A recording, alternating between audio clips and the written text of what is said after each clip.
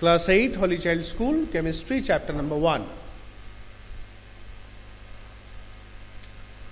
Matter. So first topic, what is matter? Matter क्या है? Anything that has mass and occupies space is called matter. तो कोई भी चीज जिसका मास यानी वजन होता है, जगह घेरता है, उसको हम मैटर बोलते हैं. ठीक है. Air is example of matter. अच्छा, एक और चीज क्या है? Matter can be perceived by our senses. Perceived यानी जिसको हम महसूस कर सकते हैं, देख सकते हैं, टच कर सकते हैं, या कुछ चीज हम देख भी नहीं सकते लेकिन महसूस कर सकते हैं. ठीक है ना, जो हमारे 5 सेंस ऑर्गन्स हैं उनके द्वारा. एयर है आपका मैटर का एग्जाम्पल. देखो, एयर तो दिखता नहीं है, we can not see air, but it has mass and occupy space. हवा का मास है और जगह भी लेता है. भाई बलून का एग्जाम्पल दिया हुआ यहाँ पर कि बलून में जब हवा बढ़ते हैं, हवा दिखता है नहीं दिखता, लेकिन कैसे फूलता है बलून? क्योंकि हवा का जगह घेरता है, उसका वॉल्यूम है, मास है बोल के जब उसका वो घेरता है, और महसूस तो कर ही सकते हैं जब हवा चलता है. ठीक है. तो ये दिया हुआ है, जब फैन चलाते हैं वो भी हम महसूस कर सकते हैं, air. Another important property of matter is that it offers resistance. Resistance यानी रोकना. For example, when we walk during a storm, we experience resistance. अगर बहुत जोर से आंधी चल रहा है तो हम उसकी उल्टी तरफ जा रहे हैं. जैसे हमारे सामने से आंधी आ रहा है तो आंधी की तरफ अगर हम जाएंगे तो क्या आसानी से जा पाएंगे? देखो, ऐसा लगता है धक्का दे रहे हो हमको. तो ये रोकथाम वाली जो बात है ये मैटर में रहता है. Similarly, when we swim, we experience resistance offered by water. अगर हम पानी में तैरेंगे तो पानी हमको ताकत लगा के तैरना पड़ता है. जब नहीं लगाएंगे तो ऐसा लगता है पानी ने हमको रोक दिया है. Now, what is matter made up of? Matter किससे बना हुआ रहता है? The smallest particle that exhibits all the properties of matter and does not have an independent existence is called an atom. तो यहाँ एटम का डेफिनेशन दे रखा है कि सबसे छोटा पार्टिकल दैट एग्जिबिट्स यानी शो, जो दिखाता है. क्या दिखाता है? All the properties of matter. जो उस चीज का, उस मैटर का जो कैरेक्टर्स, कैसा दिखने में, सुनने में कैसा है, वो सब दिखाता है वो छोटा सा पार्टिकल.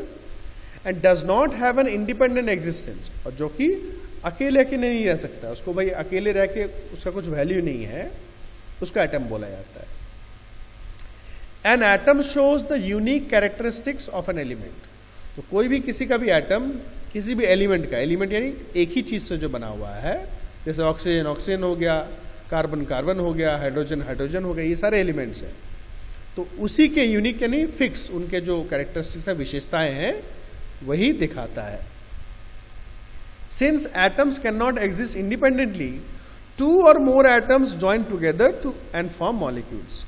और क्योंकि एटम्स अकेले अकेले नहीं रह सकते, तो 2 या 2 से अधिक एटम एक साथ जुड़ के क्या बनता है भाई? मॉलिक्यूल बनता है.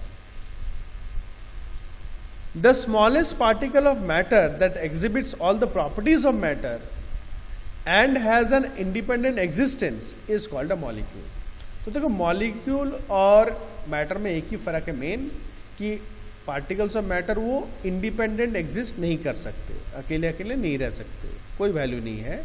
जबकि मॉलिक्यूल्स के पार्टिकल अकेले अकेले या इंडिपेंडेंट एग्जिस्टेंस रह सकते हैं. तो मॉलिक्यूल भी आपका किसी मैटर का सबसे छोटा पार्ट है. देखो, सबसे छोटा हो गया भाई एटम. एटम से ऊपर जुड़ के बनता है मॉलिक्यूल. तो उसमें भी मॉलिक्यूल भी उन्हीं एटम से बना रहेगा, तो उसमें भी सारी कैरेक्टरिस्टिक्स जो प्रॉपर्टीज है वो एग्जिबिट यानी शो करेगा, और वो अकेले रह सकता है. मतलब रह सकता मतलब अकेला अकेला हो सकता है वो. Atoms and molecules are very small. दोनों ही बहुत छोटे होते हैं. They can not be seen even by an ordinary microscope. उनको हम साधारण जो माइक्रोस्कोप है उससे नहीं देख सकते, उनके लिए अलग पावरफुल माइक्रोस्कोप आते हैं. तो यहाँ दिया हुआ एटम, 2 या 2 से ज्यादा एटम जुड़ के मॉलिक्यूल बनता है, और बहुत सारे मॉलिक्यूल एक साथ जुड़ के मैटर यानी कोई भी चीज बनता है भाई. और डिटेल में हम लोग पढ़ेंगे. अब आ गया हमारा काइनेटिक थ्योरी ऑफ मैटर. तो ये एक नियम है. क्या है नियम? इसे पढ़ते हैं. The kinetic theory of matter states that every substance यानी matter, whether solid, liquid or gas, is made up of tiny particles. तो इसके हिसाब से, इस नियम के हिसाब से ये क्या बोलता है कि कोई भी मैटर हो, चाहे सॉलिड हो, लिक्विड हो, गैस हो, वो छोटे छोटे, बहुत छोटे पार्टिकल से बना हुआ रहता है। नाउ दीज पार्टिकल्स में भी एटम्स और मॉलिक्यूल्स, तो या तो एटम से जुड़ के बन सकते हैं ये, या तो मॉलिक्यूल जुड़ के बन सकते हैं। The main postulates of the kinetic theory of matter are as follows. तो मेन पोस्टुलेट्स यानी ऐसे नियम जिनको पहले देख लिया है कि हाँ ये नियम ठीक है, उनको पोस्टुलेट्स बोलते हैं। ऐसे नियम जो सब लोग मान चुके हैं, देख चुके हैं। तो पहला नियम क्या है भाई, पहला रूल क्या है, matter is made up of very very small particles called atoms और मॉलिक्यूल्स। तो कोई भी मैटर बहुत छोटे कणों से बना हुआ रहता है, जिनको हम एटम्स या मॉलिक्यूल्स बोलते हैं। Next, the constituent particles of a particular matter are identical in all respects. तो कॉन्स्टिट्यूएंट पार्टिकल्स यानी जो मैटर जिन एटम्स या मॉलिक्यूल से बना हुआ है, वो सारे एटम्स मॉलिक्यूल्स आइडेंटिकल यानी एक जैसे होते हैं। Number 3, the particles of matter have spaces between them. These spaces are called interparticle और इंटरमॉलिक्यूलर स्पेसेस और वॉइड्स। तो ये जो पार्टिकल से बने हुए रहते हैं, इन पार्टिकल के बीच में जगह होता है खाली, जैसे कि यहाँ पर दिख रहा है आपको, ये जगह है खाली बीच बीच में। तो इस जगह, खाली जगह को इंटरपार्टिकल स्पेस या इंटरमॉलिक्यूलर स्पेस या वॉइड्स बोला जाता है। जनरली नॉर्मली हम लोग इंटरमॉलिक्यूलर स्पेस बोल के जानते हैं। इंटरमॉलिक्यूलर यानी दो मॉलिक्यूल के बीच का space.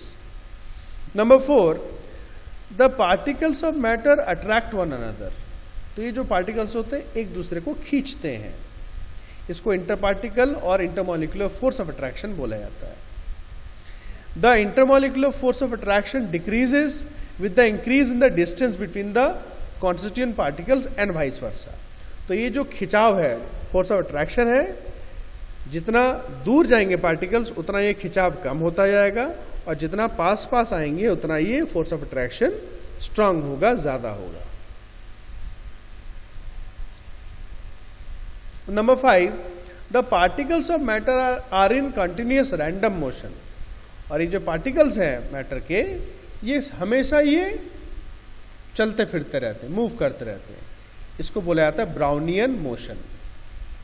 Number 6, the particles of matter possess kinetic energy due to their continuous motion. तो हमने अभी पढ़ा कि पार्टिकल्स मूव करते रहते हैं, तो ये मूवमेंट की वजह से उनके अंदर एक ताकत आता है, उस ताकत को बोलते हैं हम kinetic energy. The kinetic energy of particles increases with the increase in temperature and vice versa. तो जितना टेम्परेचर, तापमात्रा बढ़ेगा उतना काइनेटिक एनर्जी बढ़ जाता है, क्योंकि जितना टेम्परेचर बढ़ता है मॉलिक्यूल्स दूर होते जाते हैं और उनका स्पीड बढ़ता रहता है, और जितना स्पीड बढ़ेगा उतना उनका काइनेटिक एनर्जी बढ़ेगा। Now states of matter explanation based on kinetic theory. तो एक काइनेटिक थ्योरी के बेसिस पे अलग अलग स्टेट्स ऑफ मैटर क्या क्या है, कैसे होते हैं। सॉलिड स्टेट, तो दिख रहा है भाई गोल्ड का दिया हुआ है, इसके मॉलिक्यूल्स या पार्टिकल्स जो है बहुत क्लोजली पैक्ड है और इनके बीच का स्पेस बहुत कम है। ये तो बड़ा करके दिखाया गया है इतना, लेकिन एक्चुअली में ना के बराबर होता है। In solids the particles are very closely packed. तो दिख रहा है हमको फोटो में, बहुत सटे सटे हैं, पास पास में है। The particles of a solid possesses least kinetic energy. तो सॉलिड के पार्टिकल्स में काइनेटिक एनर्जी सबसे कम होता है। There is a very strong intermolecular force of attraction and negligible intermolecular space. तो इनके बीच में इंटरमॉलिक्यूलर फोर्स ऑफ अट्रैक्शन बहुत स्ट्रांग होता है और नेग्लिजिबल यानी ना के बराबर इंटरमॉलिक्यूलर स्पेस होता है। As a result the particles are not free to move. तो इसकी वजह से इतने सटे सटे हैं कि पार्टिकल्स हिल नहीं सकते, मूव नहीं कर सकते। They only vibrate about their mean positions. खाली वो झनझनाते हैं या वाइब्रेट करते हैं, यानी जहां पर है वहीं से थोड़ा सा लेफ्ट थोड़ा सा राइट होके फिर वहीं पर आ जाते हैं। ठीक है ना। This gives a definite shape and volume to solids. और इसकी वजह से कोई भी सॉलिड का एक फिक्स शेप होता है, उसका वॉल्यूम होता है। They are hard, rigid and incompressible.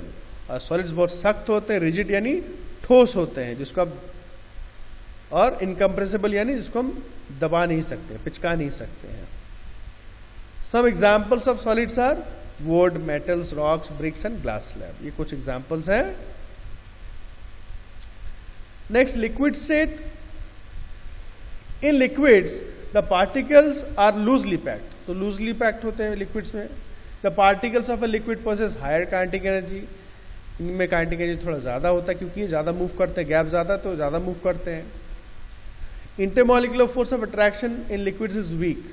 और खिंचाव जो पार्टिकल्स के बीच में वो कमज़ोर रहता है. और intermolecular space in a liquid is more than solid. Solid के मुकाबले इनके बीच का जो इंटरमॉलिक्यूलर स्पेस है वो ज़्यादा होता है. Therefore, the particles are free to move through the whole bulk of the liquid. Whole bulk of the liquid यानी लिक्विड के अंदर जितना भी है पूरा, इसी के अंदर ही अंदर वो लोग मूव करते रहते हैं. कौन मूव करते हैं? Particles. However, the particles are restricted to move only within the liquid. यानी लिक्विड के अंदर ही मूव कर सकते हैं, उसके बाहर नहीं. They do not leave the liquid. वो लिक्विड को छोड़ के बाहर नहीं निकल जाते. Therefore, liquids have a definite volume but do not have a definite shape. Liquids का definite volume होता है यानी fixed volume, लेकिन fixed shape नहीं होता है. They flow and take the shape of the container in which they are poured. तो बह सकते हैं, flow यानी बह सकते हैं, और जैसे कंटेनर जैसे बर्तन में इनको डाला जाएगा उनका शेप वैसा हो जाता है. तो एग्जाम्पल दिया हुआ है वाटर, मिल्क, अल्कोहल, पेट्रोल और मर्क्यूरी. Gaseous state. तो in gases the particles are far apart and move freely in a random manner.